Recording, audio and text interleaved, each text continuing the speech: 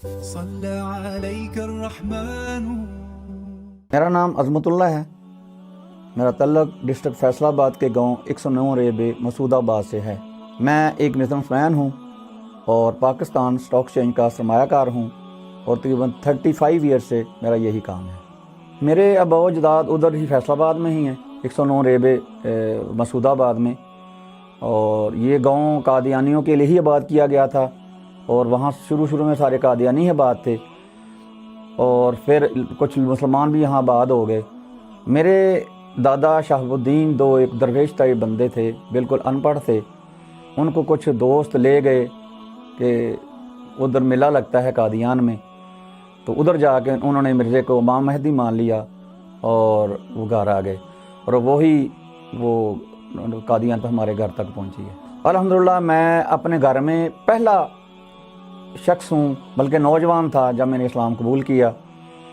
اس کے بعد میری والدہ نے اسلام قبول کیا اور میری وائف نے اسلام قبول کیا اور پھر میرے بھائی ہوا اور پھر میرا بھتیجا ہوا.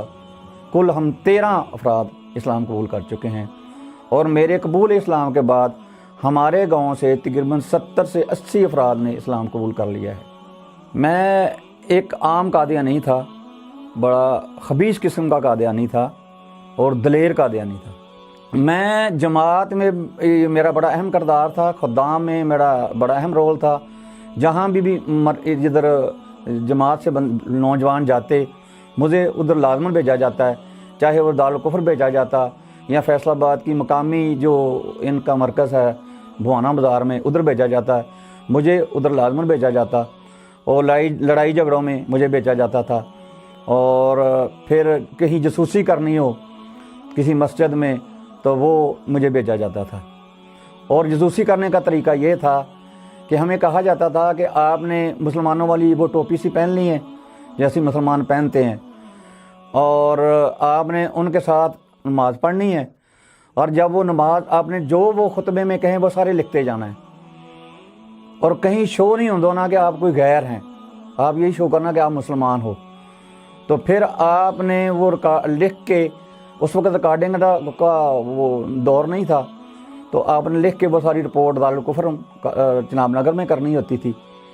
تو جب ہم نماز ان کے ساتھ پڑھ لیتے تو پھر ہم علیحدہ اپنی نماز وہ عبادت کرتے تھے جو بھی تھی. میرے اسلام کو کرنے کی سب سے بڑی وجہ یہ تھی، ہمیں دراصل یہ پتہ ہی نہیں تھا کہ مرزا قادیانی نے خود کو محمد رسول اللہ کہا ہے یا نبی اور رسول ہونے کا دعویٰ کیا ہے. جب کوئی یہ بات کہتا تو ہم اس کو گالیاں نکالتے کہ مرزے نے تو محمدی ہونے کا دعویٰ کیا ہے. تو وہ ہم اس کے پیچھے پڑ جاتے، وہ ہمیں حوالے دیتا تو ہم یہ کہتے یہ کتابیں تو ہم نے خود ہی چھپی ہوئی ہیں. ہم ان کو یہ تانا دیتے کہ یہ مرزے کی کتابیں نہیں ہیں جس میں اس نے لکھا ہے کہ میں محمد رسول اللہ ہوں اور میں نبی اور رسول ہوں. تو ہمیں یقین نہیں آتا تھا. ہمارے قادیانی کی جو لائبریری تھی عبادت گاہ میں، وہاں پہ میں نے حوالے دیکھے کہ مرزا قادیانی نے تو واقعہ ہی محمد رسول اللہ ہونے کا دعویٰ کیا ہے. اور یہاں تک کہ اس کے بیٹے بشیر احمد ایم اے نے کلمۃ الفصل میں لکھا ہوا ہے کہ مرزا قادیانی خود محمد رسول اللہ ہے. اگر مرزے کا نام محمد نہ ہوتا تو میں اپنا کلمہ بھی بدل لیتے.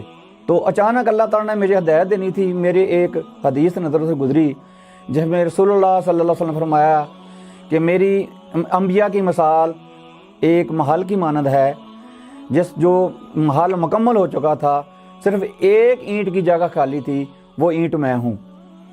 تو پھر آپ صلی اللہ علیہ وسلم نے فرمایا کہ میرے بعد کوئی نبی نہیں، لا نبی بعدی. تو یہ وہی لا تھا جو لا الہ الا اللہ میں آتا تھا. یہ لا نبی بعد میں نفی عام تھی، خاص نہیں تھی. یعنی کوئی نہ دلی نہ بروزی نہ شرعی نہ غیر شرعی کوئی نبی نہیں آئے گا. تو میں نے کہا کہ مرزا قادیانی جھوٹا ہے، یہ تو اللہ کے نبی نے کہا کہ میرے بعد کوئی نبی نہیں ہے. اس میں ذلی بھی گیا، بروزی بھی گیا. جب میں نے اسلام قبول کیا تو ظاہر بات ہے وہ جو کرتے ہیں قادیانی سوشل بائیکاٹ، اور میرے والد نے کہا کہ اب میرے گھر آپ کا کوئی تعلق نہیں ہے. چنانچہ میں لاہور آ گیا، بے یار و مددگار، نہ میرے گھر نہ میرے پاس جاب، کچھ نہیں تھا میرے پاس. یہاں تک کہ میں نے فیصل آباد سے گریجویشن کی ہوئی تھی، تو یہاں میں ICMA کر رہا تھا، تو ICMA کا پارٹ کا میرا تیسرے پارٹ کے پیپر تھے، تو یہ دمدمہ توپ ہے عجائب گھر کے سامنے، تو صبح میرے پیپر تھے، رات کو 1 بجے میں ادھر پیپر کی تیاری کر رہا تھا، لیکن میرے دل پہ اللہ پر اس قدر یقین تھا کہ جس کے لیے یہاں میں بیٹھا ہوں وہ مجھے ذلیل نہیں کرے گا، مجھے رسوا نہیں کرے گا، مجھے ضرور عزت دے گا۔ آج وہ قادیانی جو میری ذلت اور رسوائی کو دیکھنا چاہتے تھے، الحمدللہ وہ مسلمان ہو چکے ہیں۔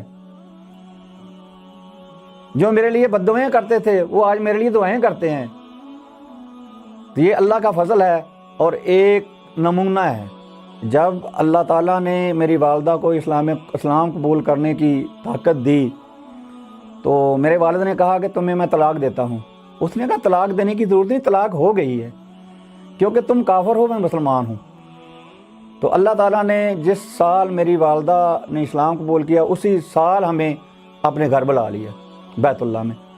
ہم عمرہ کرنے گئے تو میری والدہ نے بڑی روئی ادھر جھولی پھیلا کے کہ اگر میرا بیٹا اتنی مشقت برداشت نہ کرتا تو میں نے کافر ہی مرنا تھا۔ خیر گاؤں میں آ گئے تو تمام قادیانیوں کی عورتیں اکٹھی ہو گئیں جب میری والدہ حج عمرہ کر کے آئی، اور پنجابی میں کہنے لگیں کہ بھੈਣਾ ਤੂੰ ਕੀ ਵੇਖਿਆ احمدیت دے وچ اسلام دے فرق، رب وچ تے مکہ چ فرق۔ تو میری والدہ نے کہا کہ جیسے بادشاہ کے محل کے سامنے چوڑے کا گھر ہو، اس طرح اسلام و مرضیت میں فرق ہے۔ تو میں قادیانی کفر کے تمام پیروکاروں کو اللہ کا واسطہ دے کر کہتا ہوں کہ آپ میرے سابقہ بھائی ہیں، اللہ کے واسطے مرزا قادیانی کی کتب کو پڑھیں کہ مرزے کا عقیدہ کیا تھا، اور قرآن و حدیث کا مطالعہ کریں۔ آپ کو یہ پتہ چلے کہ محمد رسول اللہ نے کیا فرمایا تھا اور مرزا قادیانی نے کیا بکواس کی ہے۔ میری زندگی کا اب مقصد صرف قادیانی کفر کو بے نقاب کرنا ہے۔ مجھے جان عزیز نہیں ہے، محمد رسول اللہ کی ناموس عزیز ہے۔